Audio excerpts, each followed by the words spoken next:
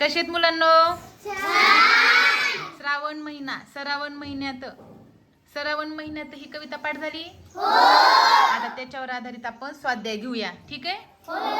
मग स्वाध्याय बघा काय आहे. पहिला प्रश्न, कवितेत आलेले शब्द चौकटीत लिहा. कवितेत वर्णन केलेल्या महिन्याचे नाव कोणते? कोणता? मोराच्या संगतीने नाचणारी, रात्री डुरुक डुरुक करणारा. आता पुढचा प्रश्न बघा, आकृती पूर्ण करा. श्रावण महिन्याची वैशिष्ट्ये सांगायची आहेत तुम्हाला. कोणती पण 4 वैशिष्ट्ये सांगायची. सांगा बरं श्रावण महिन्याची वैशिष्ट्ये काय असते. श्रावण महिन्यामध्ये पाऊस पडतो. शाबास. तू सांग. शाबास. Very good. इंद्रधनुष्य आकाशात दिसतो. छान. शाबास. पाऊस पडतो भुरुक भुरुक. शाबास. खूप छान, खूप छान. टाळ्या वाजवा. आता पुढचा प्रश्न बघा. 2 ते 3 वाक्यात उत्तरे लिहा. श्रावण महिन्यातील निसर्गाचे वर्णन तुमच्या शब्दात सांगा. आता सांगितलं तेच सांगायचं आहे. बरोबर आहे. काय काय सांगा बरं. श्रावण महिन्यातील निसर्गाचे वर्णन. निसर्ग कसा दिसतो रे? श्रावण कशासारखा? कोणत्या शालू सारखा? हिरव्या शालू सारखा. कोण घालते हिरवा शालू? आई घालते हिरवा शालू. त्या हिरव्या शालू सारखा निसर्ग हिरवागार दिसतो. बरोबर आहे की नाही? आणखी काय काय दिसतं बरं? सगळीकडे आनंदी आनंद उत्साह दिसतो. शाबास. इंद्रधनुष्य बेडूक डराव करतो.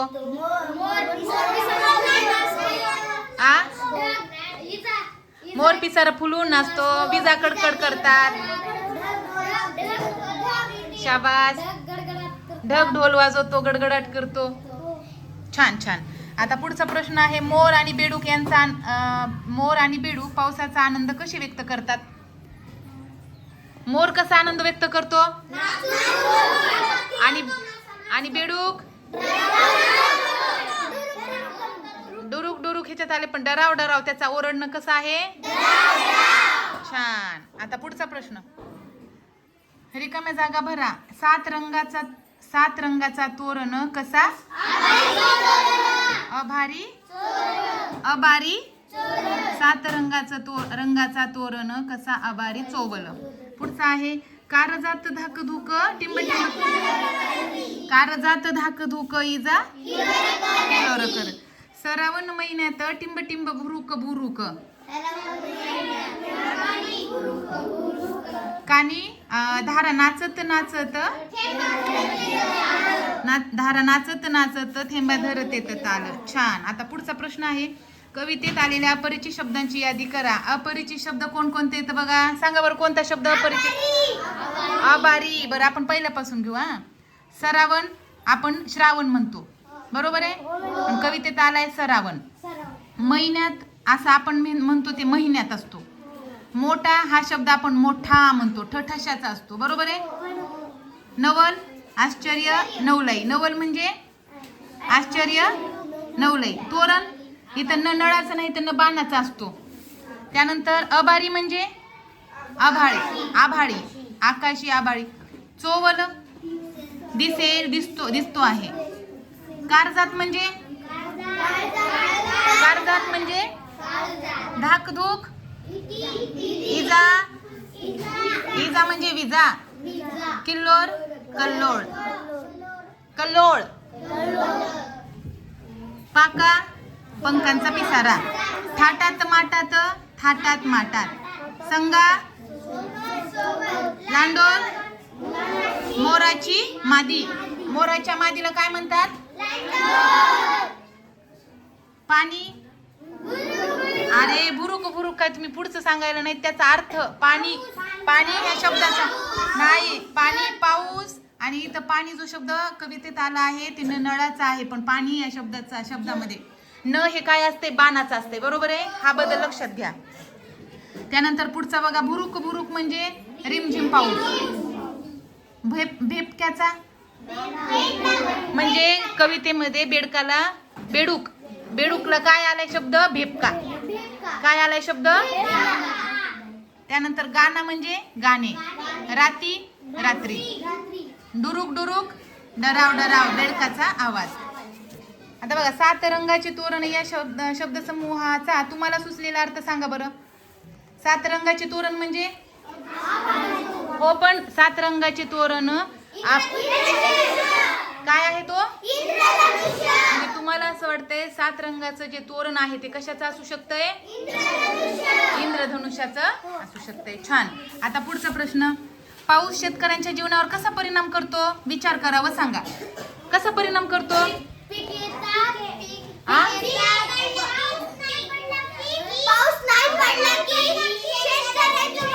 या ठिकाणी सांगा. हा सांग. पाऊस नाही पडला की शेतकऱ्याचं सगळं वाटोळं होते. म्हणजे पाऊस नाही पडलं तर शेतात काहीच पिकत नाही. ए माग बोलू नकोस. पाऊस नाही पडला तर शेतीमध्ये काही पिकत नाही आणि शेतकऱ्याला जगाचा पोशिंदा म्हणतात. बरोबर आहे की नाही? शेतीतच काही नाही पिकलं तर आपण काही खाऊ का? हा, मग शेतीमध्ये पिकण्यासाठी, कोणतंही पीक येण्यासाठी काय गरजेचं असतो बाळांनो? पाऊस गरजेचा असतो. आणि पाऊस पडल्यानंतरच सगळं धनधान्याने समृद्ध शेतकरी होतो आणि पर्यायाने आपला देश समृद्ध होतो. सर्वांना अन्नधान्याचा तुटवडा जाणवत नाही. आता पुढचा प्रश्न लिहिते होऊया बरं का. खालील अर्थाच्या कवितेतील ओळी लिहा. श्रावण महिन्यात ढगांचा गडगडाट ढोलाच्या आवाजासारखा ऐकू येतो. विजांच्या कडकडाटामुळे मनात भीती निर्माण होते. या अर्थाची ओळ कोणती?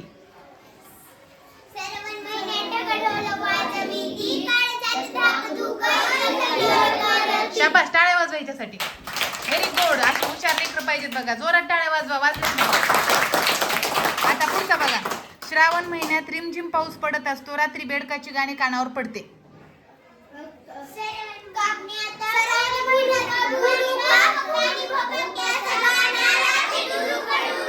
शाबास. श्रावण महिन्यात पाणी भुरुक भुरुक, राती भेपक्याचा गाणा, कानी भेपक्याचा गाणा, राती डुरुक डुरुक. माझा आवडता श्रावण महिना या विषयावर 4 ते 5 ओळीत माहिती सांगा. माझा आवडता श्रावण महिना का आवडतो तुम्हाला? हा श्रावण महिना सांग मॅडम. हा. वटपौर्णिमा असते.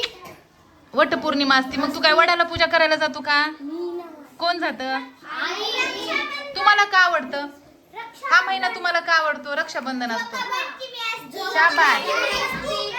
त्या महिन्यात कोणते सण आहेत हे नाही सांगायचं तुम्हाला. सण कोणते नाही सांगायचं. तुम्हाला का आवडतो हा महिना?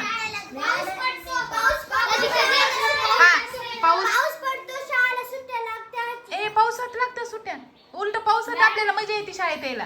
मॅडम, पाऊस पडला जास्त की शाळेला सुट्टी असते. बर. घरी मज्जा करता येते. हा, बर. आणखी पाऊस पडल्यामुळे तुम्हाला सृष्टीमध्ये काही बदल दिसतोय का? आपली ही धरती कशी होती? हिरवीगार होती का नाही? त्याला बघून आनंद वाटतोय की नाही? त्याच्याबद्दल काही सांगा ना. शाळेला सुट्टीमध्ये शाळा बुडवायचं आवडतं. खाली थेंब पडले की त्याचा वास येतोय. मातीचा वास.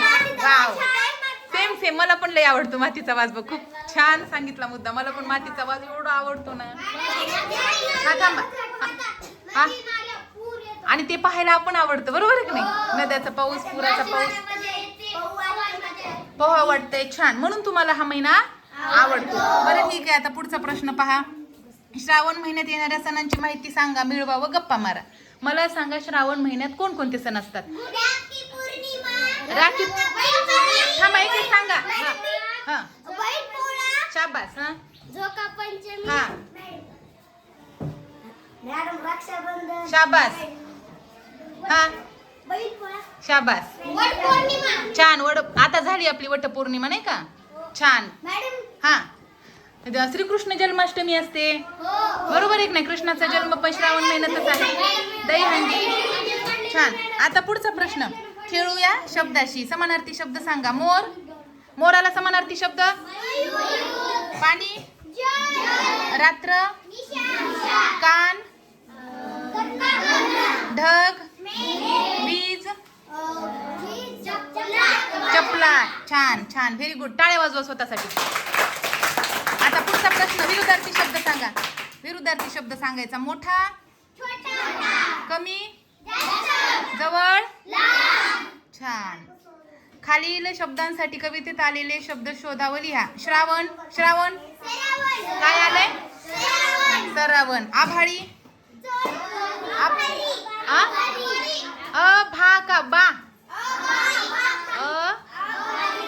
अबारी. काळजात काळजात धाकधूक नाही म्हणायचं. काळजात हा शब्द तुम्हाला कवितेत कसा आलाय? काळजात. छान. आता बघा पुढचा आहे बा थाटात. थाटात हा शब्द कसा आलाय कवितेत?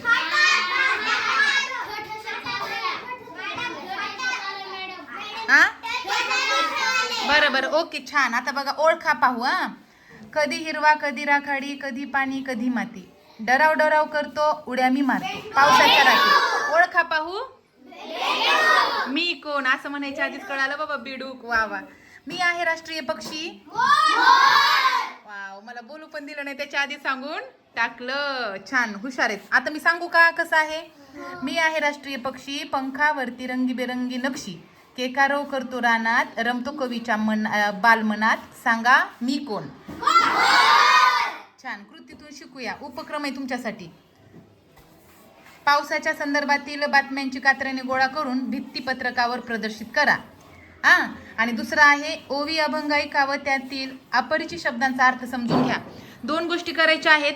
पावसाच्या संदर्भात बातम्यांचे कात्रण जमा करायचे आहेत आणि आपल्या समोर आणून चिटकवायचे आहे. आणि दुसरं आहे अभंग ओवी आहे ना, त्यांच्यामधील जे अपरिचित शब्द, ह्या कवितेतील अपरिचित शब्द आपण पाहिलं का नाही आता, तसं ओवी अभंग यांमधील अपरिचित शब्द लिहून त्यांचा अर्थ समजून घ्यायचा आहे. आवाज नाही आला बाबा. बरोबर आहे का? लय ओरडलात आता. आता बघा पुढचा प्रश्न. पावसाशी संबंधित गाणे शोधावं, तालासुरात म्हणा. सांगा बरं.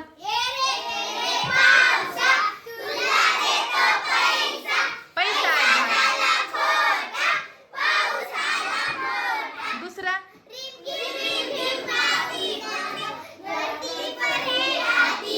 हा छान छान. आणखीन पाऊस.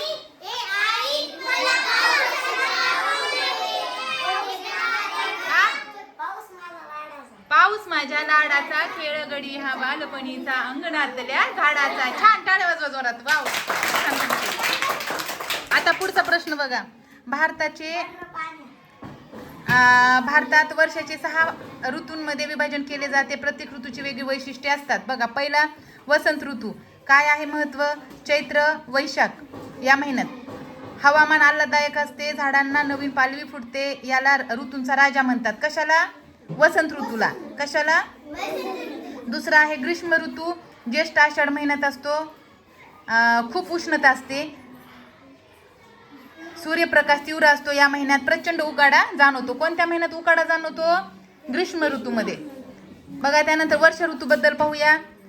श्रावण भाद्रपद भरपूर पाऊस पडतो, शेतात पिके येऊ लागतात, निसर्ग हिरवागार होतो. कोणत्या ऋतूमध्ये निसर्ग हिरवागार होतो? शरद ऋतूमध्ये बघा आश्विन कार्तिक पाऊस थांबतो, आकाश स्वच्छ निळे दिसते, आकाशात चांदणे सुंदर दिसते. हेमंत ऋतूमध्ये काय होते बघा, हा मार्गशीर्ष पौष महिन्याचा असतो. थंडी सुरू होते या महिन्यामध्ये. वातावरण प्रसन्न असते, पहाटे दव पडतात. कोणत्या ऋतूमध्ये दव पडतात? दव म्हणजे आपण जेव्हा कापसाला हात लावतो का कापसाच्या बोंडांना, आणि ते कापसाला समोरच्या भागात ओलं ओलं भाग दिसते, त्याला काय म्हणतो आपण? दव. दैवार म्हणतो आपण. दव, त्याला दव म्हणतात. पुढे आहे बघा शिशिर ऋतू आहे. कोणता ऋतू आहे? शिशिर ऋतू आहे. माघ फाल्गुन महिन्यात वर्षातील सर्वात थंड ऋतू आहे. थंडी जास्त असते, गरम कपडे वापरले जातात. आपण शरद ऋतू बघितलाय ना. अशा प्रकारे आपला स्वाध्याय संपला आहे. श्रावण महिन्यात या कवितेचा स्वाध्याय आपण घेतला, त्यामधील सर्व प्रश्नांचा आपण समावेश केला आणि त्याची उत्तरे तुम्ही खूप चांगल्या प्रकारे दिली. बरोबर आहे, म्हणजे तुमचा अभ्यास खूप छान झाला आहे, म्हणून तुमचं खूप खूप अभिनंदन. आणि टाळ्या वाजवा स्वतःसाठी. छान छान सुंदर. हे शाबास शाबास करा स्वतःला. आवाज.